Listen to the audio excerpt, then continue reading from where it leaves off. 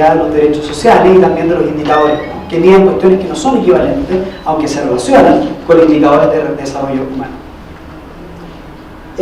Y la otra tiene que ver con un problema y se relaciona con los anteriores, pero que muchos indicadores sociales, de derechos sociales, perdón, establecen criterios generales de determinación de su contenido, pero carecen de una bajada, si ustedes quieren, precisa para cada derecho. Es decir, sabemos que puede haber indicadores muy generales de derechos sociales, pero carecemos de un indicador concreto para medir derecho a la salud, por ejemplo, en Argentina. Y en consecuencia no me sirve nada que tenga indicadores muy generales, dados por el Alto Comisionado de Derechos Humanos de las Naciones Unidas, la Comisión Interamericana, si luego carezco de instrumentos muy precisos de medición, como los que tengo, por ejemplo, para medir el índice de contaminación del agua, o como los que tengo para medir, por ejemplo, la sanidad del mercado financiero, o los índices, por ejemplo, de corrupción en el mercado financiero.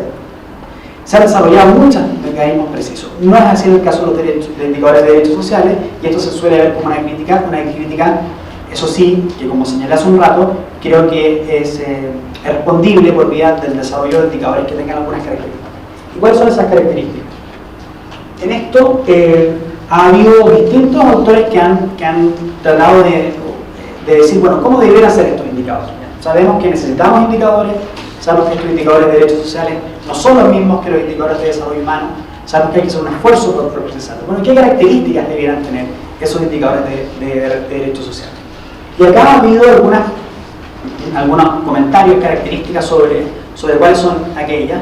En Colombia, yo diría particularmente el caso del trabajo de Luis Eduardo Pérez, por ejemplo, Audrey Chapman también, a nivel internacional, Christian Curtis, Ethan Fellner, autores que han trabajado en la identificación de algunos criterios que debieran tener estos indicadores de derechos sociales. La primera cuestión ya la dije, la mencioné. Un desarrollo de un indicador de derecho social tiene que orientarse a hacerse distinguible de un indicador de desarrollo social. Es lo que yo decía, no es lo mismo tener un indicador de salud o de vivienda que un indicador de derecho a la salud o un indicador de derecho a la vivienda.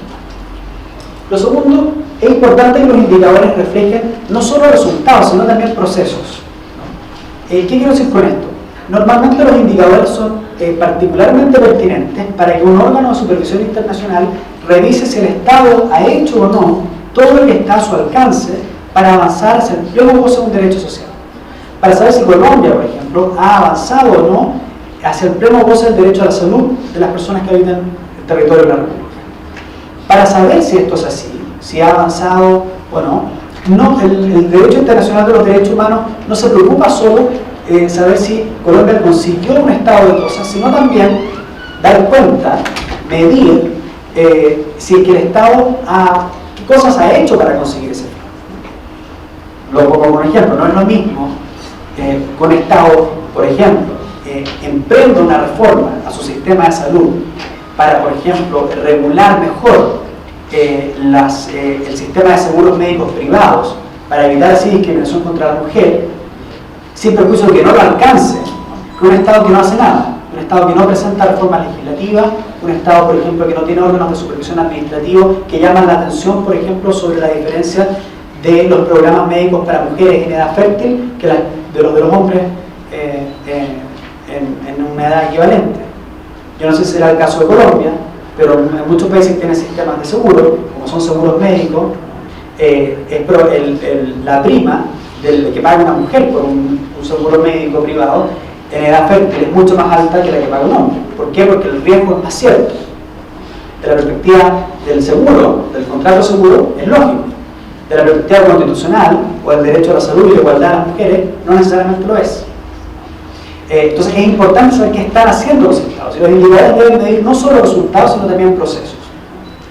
Es importante que los indicadores también tengan un equilibrio razonable entre tener suficiente información para saber qué hace un Estado y al mismo tiempo evitar tener demasiada información para que uno se pierda en un mar de información y no tenga ninguna estrategia de priorización relevante. Si Amnistía Internacional, si Human Rights Watch, si de Justicia, si quien sea, se sienta a hacer un informe sombra de 5.000 páginas, ¿no?, con los mejores indicadores, ¿no es cierto?, sobre el derecho a la vivienda en Colombia, lo que va a hacer es marear al Comité de Derechos Económicos, Sociales y Culturales cuando tengan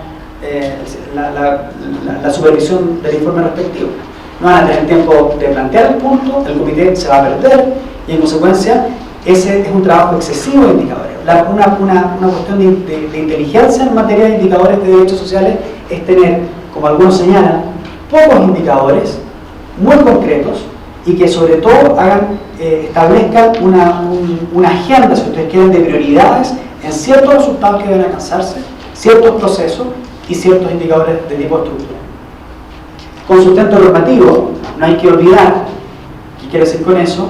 Que los indicadores de derechos sociales se anclan, se basan en lo que son obligaciones jurídicas fundadas en el derecho internacional de los derechos humanos y también en nuestras constituciones, de modo tal que esta idea de traducir los derechos humanos a una nomenclatura y una métrica que permita saber si yo avanzo o no en la satisfacción de ese derecho, no tiene que hacernos olvidar que lo que estamos intentando medir es un derecho fundamental que tiene una dimensión normativa.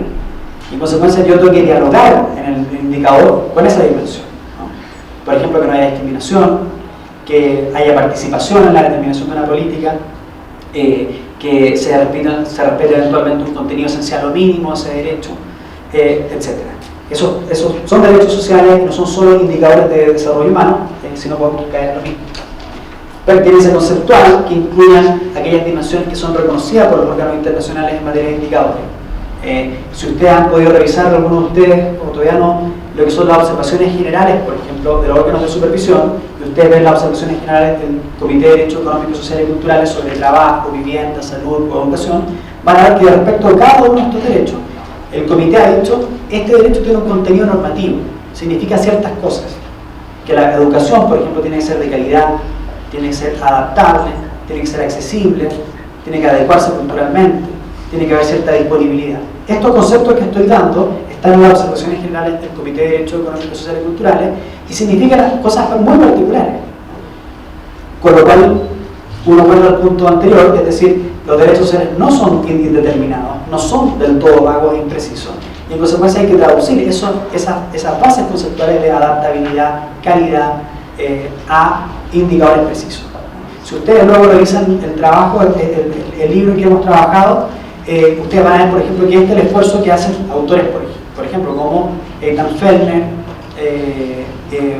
también Luis Eduardo Pérez y otros autores que lo que buscan es precisamente agarrar esas categorías de adaptabilidad, calidad y establecer un indicador preciso de lo que significa respecto de cada derecho estos elementos normativos. Que sean válidos, es decir, que los indicadores tienen que entregar lo que prometen. Si yo tengo un indicador que al final del día no entrega el resultado para el cual fue concebido, entonces esos indicadores van a caer o en desuso o en deslegitimación. Y por eso es importante, de nuevo, generar indicadores que podamos manejar, que podamos medir. Objetivos, ¿no? Es decir, que apelen a, por ejemplo, bases de referencia y algunos resultados o metas o resultados que permitan objetivamente medir si eso ha ocurrido o no ha ocurrido. ¿Cuántas, por ejemplo, es el nivel de inversión pública del Producto Interno Bruto de un Estado de la educación?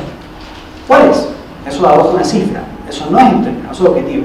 Y de ese porcentaje del Producto Interno Bruto en educación, ¿cuánto se destina, por ejemplo, a la educación del quintil más pobre? ¿Cuánto se destina? ¿Cuánto de ese quintil más pobre, a su vez, se desglosa, se degrega, por ejemplo, o desagrega, perdón, en niñas y niños?